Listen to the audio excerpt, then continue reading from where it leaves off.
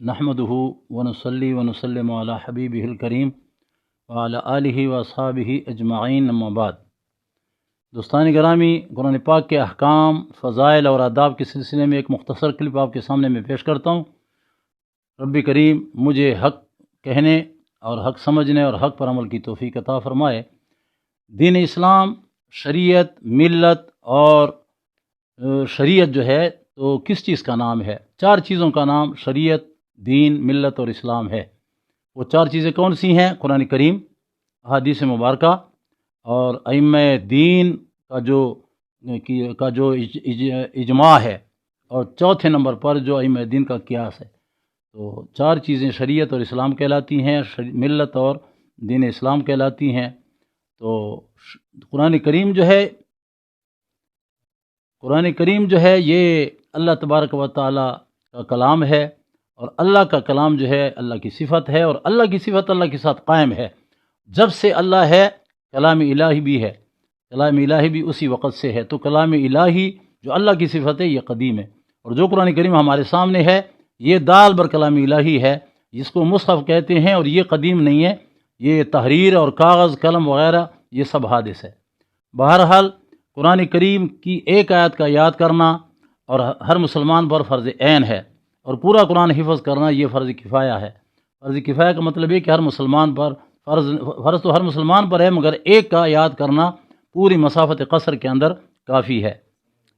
اور فاتحہ یا ایک چھوٹی صورت یاد کرنا، فاتحہ اور اس کے ساتھ ایک چھوٹی صورت یاد کرنا، یا 3 چھوٹی آیات کا یاد کرنا، اور یا پھر ایک بڑی آیت مبارکہ کا یاد کرنا، یہ ہر مسلمان پر واجب العین ہے۔ بقدر ضرورت فقہ کے مسائل یاد کرنا ہر مسلمان پر فرض ہے، اور ضرورت سے زیادہ مسائل کا یاد کرنا یہ سارے قرآن کریم کے حفظ کرنے سے زیادہ ثواب رکھتا ہے۔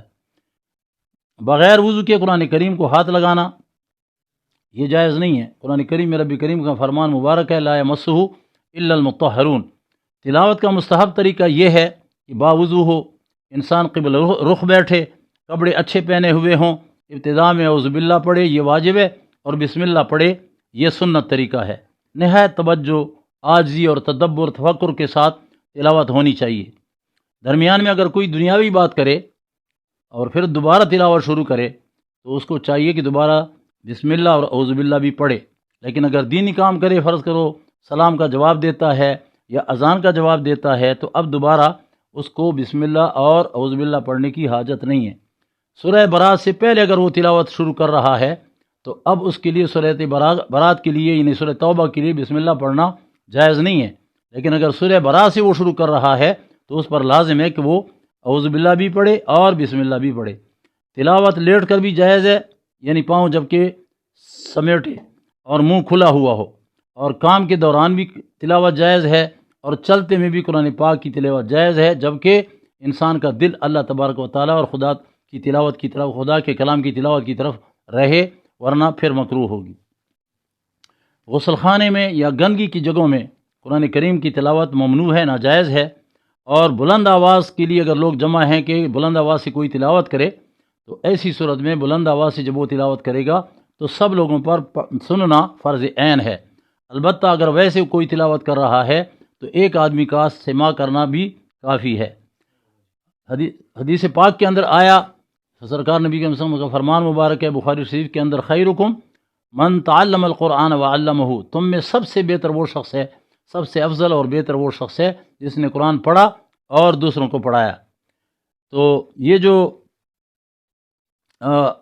لوگ اگر جمع ہو جائیں اور سارے زور سے تلاوت کرنا چاہیں تو یہ ناجائز اور حرام طریقہ ہے۔ زور سے سارے پڑھیں گے تو یہ سارے مجرم ہو جائیں گے، اور زیادہ لوگ اگر بیک وقت تلاوت کرنا چاہیں تو ان کو چاہیے کہ سب آہستہ تلاوت کرے، یا پھر اس طرح چاہیے کہ ایک آدمی تلاوت کرے اور باقی سارے سنتے رہیں۔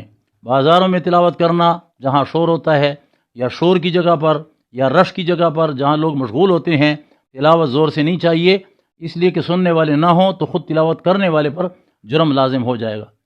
دین پڑھانے کی جگہ ہو، دین کے مسائل پڑھایا کوئی استاد، یا پھر تکرار طلباء کر رہے ہوں، یا پھر وہاں مطالعہ کوئی کر رہا ہو، تو اس کے لیے یہ جائز نہیں ہے، کسی کے لیے جائز نہیں کہ وہاں پر زور سے تلاوت کرے۔ بلند آواز سے اگر تلاوت کرے گا ایسی صورت میں تو اس بندے پر گناہ ہوگا جس نے تلاوت کی ہے۔ تلاوت کے دوران اگر کوئی معظم دینی آ جائے، فرض کرو پیر کامل آ جائے یا بادشاہ اسلام آ جائے یا مرشد کامل آ جائے یا والدین آ جائیں تو ان کی تعظیم کے لیے کھڑا ہونا جائز ہے، جس طرح غنیہ اور بہار شریعت میں ہے۔ قرآن کریم کی صورت یا آیت کو اگر کوئی یاد کرے اور پھر بھول جائے تو یہ بہت بڑا گناہ ہے۔ حضور کی حدیث ہے، آپ صلی اللہ علیہ وسلم نے ارشاد فرمایا کہ میری امت کے گناہ میرے اوپر پیش کیے جاتے ہیں، گناہوں میں سب سے بڑا گناہ مجھے یہی نظر آتا ہے کہ جو قرآن یا سورت کو یاد کرے اور پھر اس کو بھول جائے۔ قرآن کریم میں ہے کہ وہ اس بندے کو اندھا کر کے اٹھایا جائے گا قیامت والے دن، اور ایک روایت میں یہ بھی آیا ہے کہ اس کو گویا کہ کوڑی کر کے اٹھایا جائے گا، شل کر کے۔ تو بہرحال قرآن کریم جو ہے اس کو یاد کرنا چاہیے، یاد کرنے والے کو بار بار پڑھنا چاہیے۔ ہر 40 دن میں حافظ قرآن کو قرآن کریم کا ختم چاہیے۔ قرآن کریم کو دیکھ کر پڑھنا یہ صرف پڑھنے سے افضل ہے، اور اگر انگلی بھی رکھ کر پڑھے تو اور زیادہ ثواب ہے۔